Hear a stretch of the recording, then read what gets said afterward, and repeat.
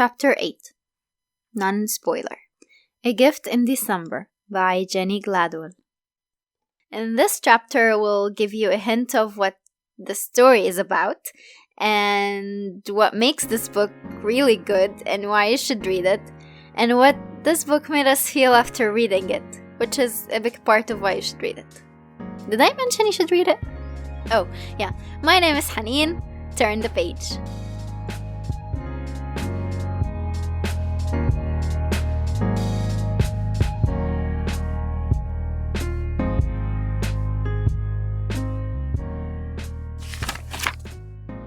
Happy holidays!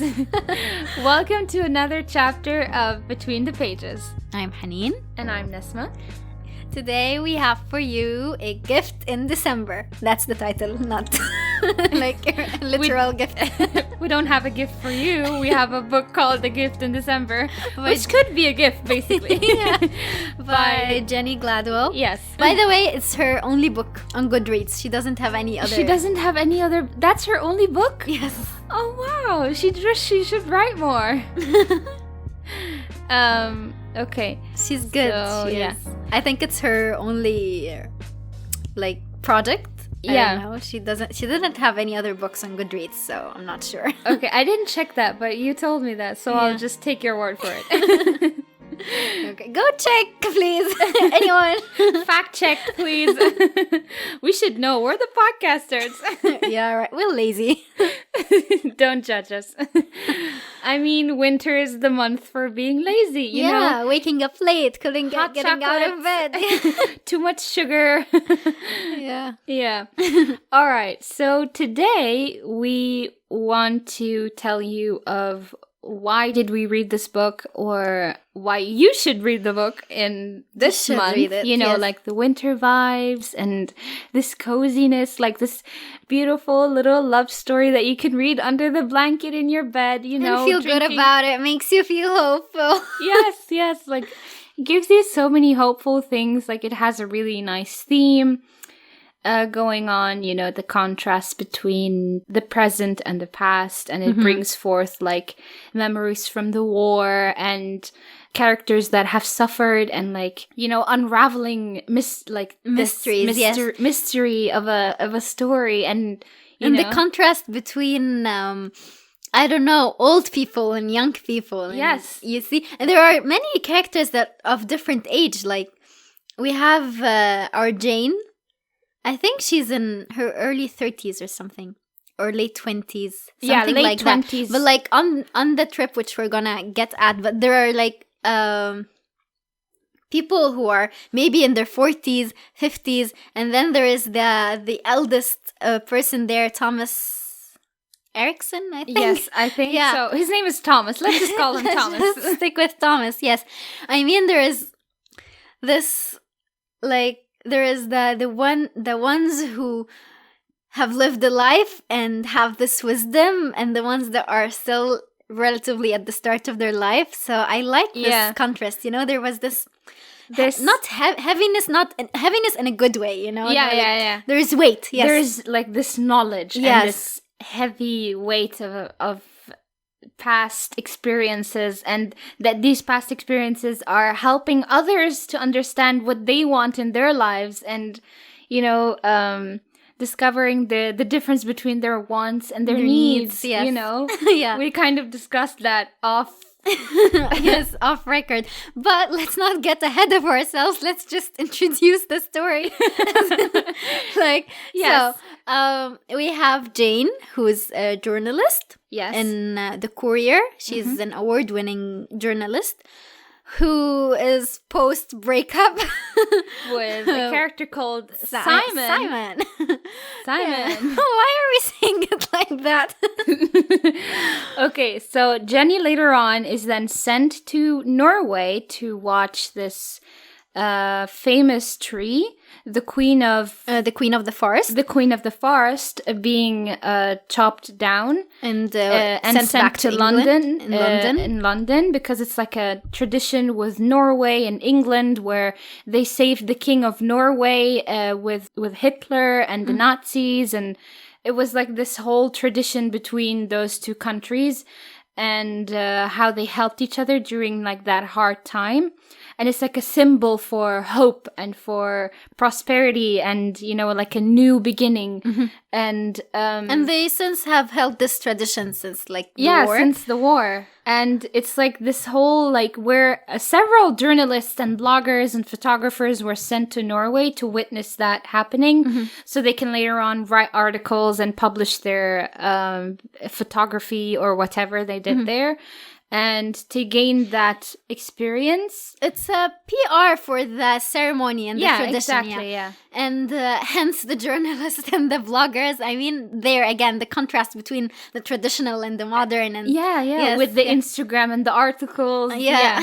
And even within the articles, the journalism, the passion side of the journalism and the like work side of the journalism. Exactly. So it's like it's a good combination. Yeah. I mean. Okay, so with the summary continues with Jane being in Norway.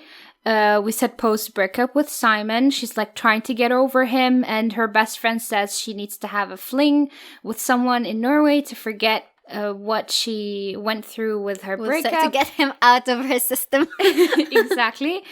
That's not really the focus of the story, I guess. But what we find interesting in like the Christmas or winter magic sense is that she is sent to find a missing person for a long lost lover during the wartime, and it's like the big question: will she find that person? Is that person still alive? And when she finds that person, who is she or who are they?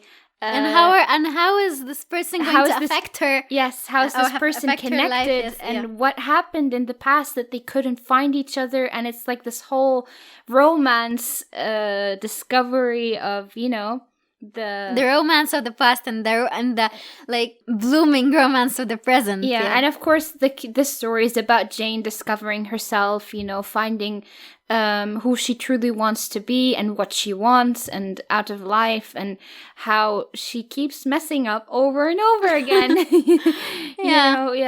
But it's a good story for, I don't know, it's this kind of story where like the character goes out of her natural habitat like to discover herself and like know what they actually need in life and set a path for themselves. And I find these stories encouraging, and like, you know, when you're down or you want to feel good about your life, you want to read about someone who discovered themselves and finally got their lives right, so you feel like you can do it. You know? Exactly. I know, you know, these kinds of books, you know, they will not disappoint you. You know, this is the kind of book you can grab and you feel like you can come out with something good with it, you know? Yes. You feel like there's always some moral or positive attribute to the reminder that like life is life, you know. Life is life. It will get back together. It will get better someday, you know. Okay, I guess another good thing about this book is that it's not a kind of traditional sense as a Christmas novel. I mean, we don't celebrate Christmas, me and you, but we know we like to enter those. Should I let you eat the cookie? I'll let you finish chewing and then we'll carry on. You were saying? Okay. So, I was saying that the other good thing in A Gift in December is that it's not in... It's like doesn't have this traditional sense of Christmas story. Like, it's not Let It Snow, you know. Thank you. Like Christmas is the time of miracles, and like you should matter. Yes. I mean, it does have that magical tint to it, like searching for that mysterious lover from the past, from the wartime. But that's like, I mean, a Christmas novel needs to have something in that kind of sense. But I like that it doesn't orient itself about, you know, Christmas is all about family. You need to stay with family. And it's like, you know, it's more of the single people type of Christmas, you know? Yeah. What happens with the people who don't spend their time with the family during Christmas, you know? Yes. And I found it really interesting. It's like a different approach to that story, you know? Yeah, it's not stereotypical. No, not at all. And not I at like all. that. Yes, Yeah. it's different. Yeah. Yeah. Okay, I'm gonna tell you a story. It's not about what I liked. It's about how I finished the book. Like, okay, so What are you saying? or like while Okay. reading the book. You're intriguing me right now. Yes, I didn't tell you. I said I'd leave it for here. Okay, so that day when like I went into the book, like when I sat and was خلاص reading it, you know. It rained that day and I got caught in the rain and I was soaked all through, went to uni and got back. And when I got back, my phone died and I just left it there. I decided I wouldn't charge it. I'm gonna sit and read. I don't want anyone to reach me. Oh my god. That was, I don't know, at 5, I think. And I slept at 2. Like, I sat from 5 to 2 reading. And, like, I got 50 pages left for the second day. The second day, we were going out with my family. So I went, like, we reached the place we were going. And I said, I'm not going in with you. I'm going to finish the book. I have 10 pages left. That they turned out to be 25 pages. But anyway, I was like, and I'm gonna join you. I sat outside, finished the book, and I entered with a stupid grin on my face. And they were like, what's wrong with her? And my father was like, what were you reading? A story. A book. Okay. I thought that was like studying, or I said, no. No. It was a story. The thing is, I think we referred to this in the outro of the last chapter, that this is like a must-read, feel-good, festive romance which will warm your heart this Christmas. And throughout the book, I don't know, this was at the back of my head. I should feel warm. I should feel the romance. Yes, I promised that, you know. But then, after I finished the book with the stupid grin on my face, I was like, I feel so warm right now and happy. I'm glad I read this book. Yeah. I mean, literally, guys, you have it right in front of you. That's what this book will do to you. Anyway, read it. It's something that will get you out of I don't know. The whole hassle of, you know, reading a whole series or even other standalones. Like, this one is such an easy read. I finished it, like, literally in a day. So, but it's fun. It's, like, so much fun. I know it's, like, it has, like, a sum of the cliche narratives, but that's what I really loved about it. You know, like, it was, the narrative was so easy to follow, and it was, like, following a trail of breadcrumbs, you know, like, each page, every corner there was a new like clue or hint for the next disaster, and it was like always so. And I felt really clever. You know, they're clever. I knew this was coming. They're so easy to guess, but it's because they're so easy. It's so much fun. You think you're a genius. You know, like oh, I just read this line and I know I figured it out. You know, I know what's gonna happen. You'll figure how this went in the spoiler episode. We'll be like going through our line of thought while reading the book.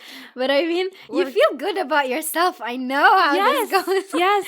And it's like the cheesy movie we're watching right now. It's like, let's watch a cheesy movie where we know what's going to happen. You know? Yes. That's exactly what this book is, you know. But like, minus the cheesiness. It's not really cheesy. No, it's not cheesy. It's not cheesy at all. No, it's not. No. It's like this, there's this real life to it, you know? Exactly, yes. The thoughts and the questions the characters keep asking themselves is very relatable. It's very relatable, yes, and what we think about, and it's... Especially in our age, we're like 21 years old, we go through the same thought process, you know? Mm-hmm. Is it what we're doing right now? Is it fulfilling? Is it gonna be in a couple years? Are we gonna happy doing the same thing? You know, like... and your partner, are we gonna find the right person or not? You know, are we it's gonna go through all this and the ugly breakups and like, or is it just gonna be like, no breakups? We're not no breakups. I want to talk to you about this, but like in the spoiler. In the spoiler, guys, go check out the spoiler. I mean, read the book first. Come on. Yeah. Read the book first. It's not going to take you long. If you're a true reader at heart, it's not going to take you long at all. Don't make them feel bad about themselves. Maybe they're busy and they can't get the book done. I mean, finished. I mean, we go through that. We want to finish the book, but like, God, There's we're no so time. busy. Yes. Yeah. Those are the most heartbreaking times of our days. Yeah, that's true. No, don't feel bad, guys. We know what you're going through. Yeah.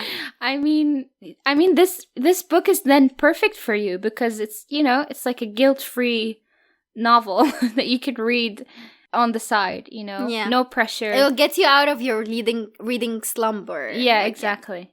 It's so, I don't know. I'm currently reading another book. I've been reading this book for like the other book for a month and a half, and that's like, come on, I want to finish. You want to finish, yeah. I know, and then I finish this in a day, you know? Yeah. It makes you feel like I can do this. I have superpowers. Yes, I still got my element. Yeah. See, I'm a good reader. I can still do it. I still got it. I'm awesome. Yeah. But then when you go back to like a proper series or something, it takes you forever to read them. I know. But you're a fast reader, Haneen. You are. I am. Yeah. I just lose. You're the faster world than I around am. me. Like sometimes, you know, the funny thing was, I know we were sharing the ebook, you know, and I thought I was ahead of you. And then all of a sudden you texted me, I'm finished with the book. I'm like, what? No! I thought I was first. I put my You like phone- bursted a whole bubble. Like I thought I was like, yay, I'm faster than Haneen. I feel so good about myself. But then you just texted me and you told me you were done with the book, and I'm like, okay. Sorry. Yay! You keep doing this to me. You did this with me with Restore Me and Defy Me. And now in Gifted in December. I'll never forgive you for this. But I mean, you finished the Court of Wings and Ruin before me and every other book in the series. But I mean, this is my third time reading them, so... Anyway. Yeah, I think it depends on the book. It's not that I'm a fast reader. And like how you extract yourself from your world, you know? What I like... Unavailable. I literally have a sign on my door reading, do not disturb. No, really? Yes. I could never pull that off, you know? They don't respect it. They just Berlin, don't worry. See, now that sounds normal. Yeah. Like the first time I put that sign up, my dad like entered the room and was like, this is not for me, right? I can enter anytime. Of course, Dad. Of course.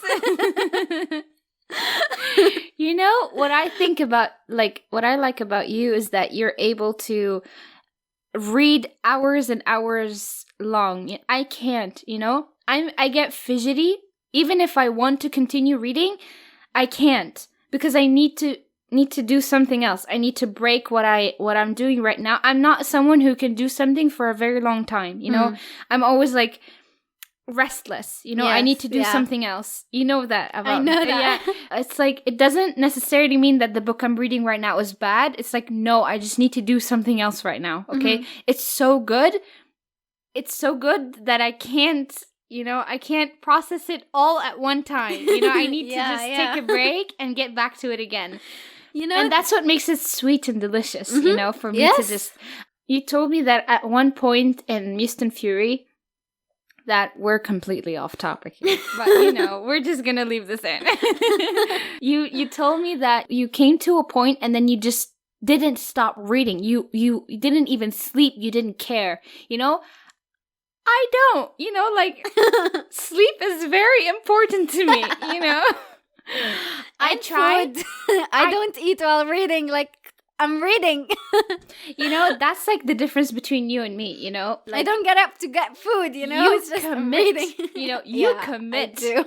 I don't. You know, I want to, but it's not in me, you know? Yeah. Even if I try to read while I'm in bed, I just fall asleep. I really do.